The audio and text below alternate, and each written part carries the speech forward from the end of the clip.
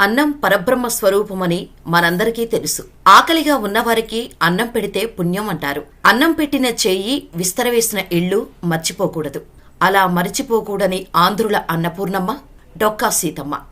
సుమారు 170 ఏళ్ల క్రితం ఒక సాధారణ మహిళ ఒక గ్రామంలో ఆధునిక రవాణా సౌకర్యాలు లేని రోజులలో ప్రకృతి విపత్తులు ఎన్ని ఎదురైనా ఎదురీది ఆకలితో వచ్చిన వారికి లేదనకుండా అన్నం పెట్టి ఆదరించిన అన్నపూర్ణ డొక్కా సీతమ్మ. ఎంత అర్ధరాత్రైనా అమ్మా సీతమ్మ తల్లి ఆకలిస్తుందమ్మా అని పిలవగానే ఎంతో ఆప్యాయంగా వంట చేసి అన్నం పెట్టి దుప్పటి వస్త్రాలు ఇవ్వగలిగిన ఔదార్యవతి డొక్కా సీతమ్మ తల్లి. డొక్కా సీతమ్మ గారు ఉమ్మడి తూర్పుగోదావరి జిల్లాలోని రామచంద్రాపురం తాలూకా మండపేట గ్రామంలో 1841 అక్టోబర్లో నాటి మద్రాసు ప్రెసిడెన్సీలో నేటి ఆంధ్రప్రదేశ్లో జన్మించారు.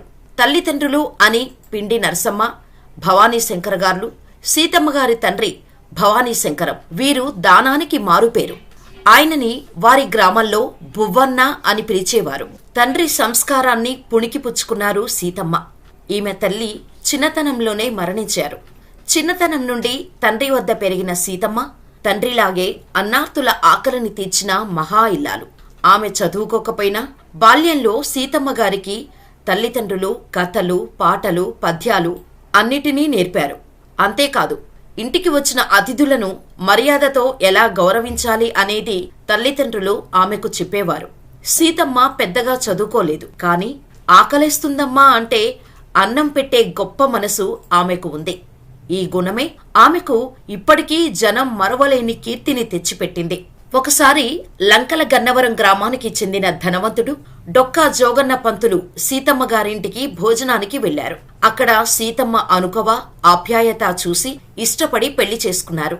ఇలా సీతమ్మ డొక్కా వారింటి కోడలి డొక్కా సీతమ్మగా మారింది. భార్యాభర్తలు ఇద్దరూ అన్నదానం చేయటానికి వెనకాడేవారు కాదు. కుల, మత, భాష, ప్రాంతీయ భేదాలు లేకుండా ఎవరు వచ్చినా నిత్యాన్నదానం చేసేవారు. ఆ రోజుల్లో ఇప్పటిలా ఆధునిక రవాణా సౌకర్యాలు లేవు. దీంతో వీరి గ్రామమైన లంకల గన్నవరం నుండి అవతలి తీరాలకి, గ్రామాలకి పడవలు ఎక్కువ నడిచేవి. పడవల రవాణాకి ఈ ఊరు వచ్చిన చాలా మంది ప్రయాణికులు సీతమ్మ గారి ఇంటికి వచ్చి భోజనం చేసి వెళ్లేవారు. కొన్నిసార్లు వరదలు సంభవించినప్పుడు ప్రయాణికులకు పడవలుండేవి కావు. వారు సీతమ్మ గారి చేతి భోజనం తిని కాలం గడిపేవారు. అనావృష్టిలో కూడా నదిలో నీరు పడవ నడపటానికి సరిపడా లేకపోయేది. అప్పుడు ప్రయాణికులకు ఆమె వండి వడ్డించేవారంటే ఆమె నిస్వార్థ దానం ఎంత గొప్పదో. గజదొంగలకు సైతం అన్నం పెట్టిన మహాత్మురాలు. అర్ధరాత్రి పూట గజదొంగలు సీతమ్మ ఇంటికి వచ్చేవారట. అప్పుడు మీరు దొంగలు, నేను పెట్టను అని ఏ రోజు అనేది కాదట. అలా దొంగలకు కూడా తన చేత్తో పెట్టేదట సీతమ్మ. కొంతమంది దొంగలైతే ఆమెను చూసి పశ్చాత్తాపడి దొంగతనం మానేవారట కూడా. అంతేకాదు రాజవంశానికి చెందినవారు సైతం సీతమ్మ వంట రుచి చూడటం కోసం నేరుగా రాలేక మారువేషాలలో వచ్చి భోజనం చేసేవారంటే అమ్మ ఎంత కమ్మగా వండి పెట్టేదో కదా. సీతమ్మ ఒకసారి అంతర్వేది లక్ష్మీ నరసింహస్వామి దర్శనానికని బయలుదేరి గోదావరి వంతెన వద్ద పల్లకి ఆపారు. ఆవిడ పల్లకిలో కూర్చున్నారు. బోయీలు అలసిపోయి గట్టుమీద కూర్చున్నారు. అటుగా పి గన్నవరం వైపు వెళ్లిపోతున్న ఒక బృందంలో పిల్లలు ఆకలి అని ఏడుస్తుంటే పెద్దవాళ్లు ఒక్క అరగంటలో గన్నవరం వెళ్లిపోతాం, అక్కడ సీతమ్మ మనకు అన్నం పెడతారు అని మాట్లాడుకోవటం విన్నారు సీతమ్మ. వెంటనే ఆవిడ అంతర్వేది వెళ్లడం మానేసి పల్లకి వెనక్కి తిప్పేయండి, వీళ్లకు అన్నం పెట్టాలి అని వెనకకు వెళ్లిపోయారు. అంతటి అన్నదాత ఆవిడ. ఇలా ఆ చుట్టుప్రక్కల ప్రభుత్వాధికారులు, బ్రిటిష్ అధికారులు, ఆంధ్ర ప్రాంతంలోని అన్ని ప్రాంతాల వారు ఆమె ఆతిథ్యాన్ని స్వీకరించినవారే. ఆమె వంట వార్పులకు రాత్రి పగలు అనే తేడా లేకుండా నిత్యం వడ్డిస్తూనే ఉండేది. ఇంతటి అన్నదాతకు కూడా కష్టాలు వచ్చాయి. తినడానికి తిండి లేని పరిస్థితులు కుటుంబాన్ని చుట్టుముట్టాయి. అప్పుడు కూడా ఉన్నంతలో వచ్చిన వారికి లేదు అనకుండా వండి పెట్టేది మహాతల్లి. అయితే ఓ రోజు జోగన్న గారు మనకే తినడానికి లేదు, ఎక్కడి నుంచి తెస్తాం, వచ్చి ఎవరైనా తలుపు కొడితే సిగ్గేస్తుంది, పెట్టడమా మానవు, ఇంత అన్నం పప్పైనా పెడతావు అన్నారట.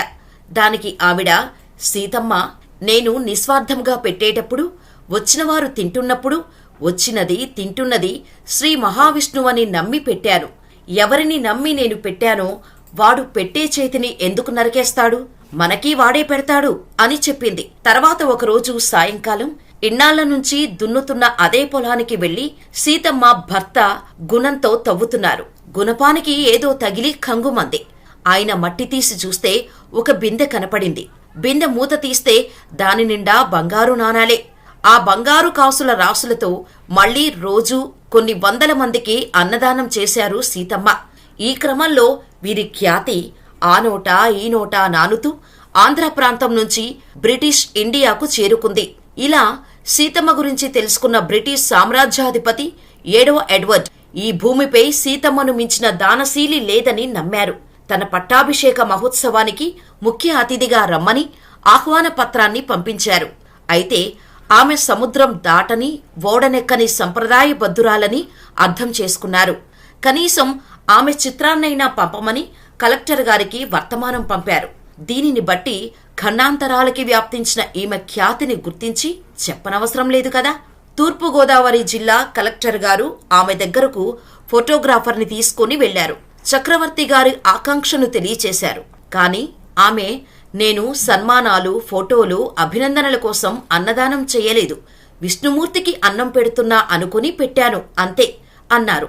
అప్పుడు కలెక్టర్, అమ్మా, మీ ఫోటో పంపించకపోతే నా ఉద్యోగం పోతుంది అన్నారు కలెక్టర్. అందుకా మహాతల్లి, సరే నీ ఉద్యోగం పోతుందంటే ఫోటో తీయించుకుంటాను, అయితే ఒక షరతు అన్నారట.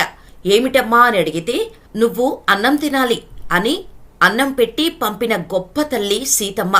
ఇలా సీతమ్మ ఫోటో అందుకున్న ఎడ్వర్డ్ చక్రవర్తి తన సింహాసనం పక్కన ఆమె ఫోటో ఉంచి నమస్కారం చేసి ఆ తర్వాత పట్టాభిషేక మహోత్సవాన్ని జరిపించుకున్నారు. ఇంత గొప్ప ఖ్యాతిని పొందిన ఆ అపర అన్నపూర్ణమ్మ 1990 ఏప్రిల్ 28న శివేక్యం చెందారు. అందుకే దేశంలో అందరూ అన్నమో రామచంద్ర అంటే గోదావరి వాసులు మాత్రం సీతమ్మ గారిని గుర్తు చేసుకుంటూ అన్నమో సీతమ్మ అని అనుకునేవారట. ఇలా అన్నదానం చేసి మానవత్వానికి అర్థం చెప్పిన డొక్కా సీతమ్మ పేరు భారతదేశ వ్యాప్తంగా అప్పట్లో మారుమోగిపోయింది. ఈ క్రమంలోనే అపర అన్నపూర్ణగా గుర్తింపు పొందిన డొక్కా సీతమ్మ గారి పేరుతో క్యాంటీన్లు ఏర్పాటు చేయటం కోసం జనసేన అధినేత పవన్ కళ్యాణ్ కూటమి ప్రభుత్వంలో కలిసి నిర్ణయం తీసుకున్నారు. ఇలా క్యాంటీన్లు పెట్టడం ద్వారా మరుగున పడిపోతున్న సీతమ్మ చరిత్రను జనాలకు తెలియచేసినట్టు అవుతుందని భావిస్తున్నారు పవన్ కళ్యాణ్.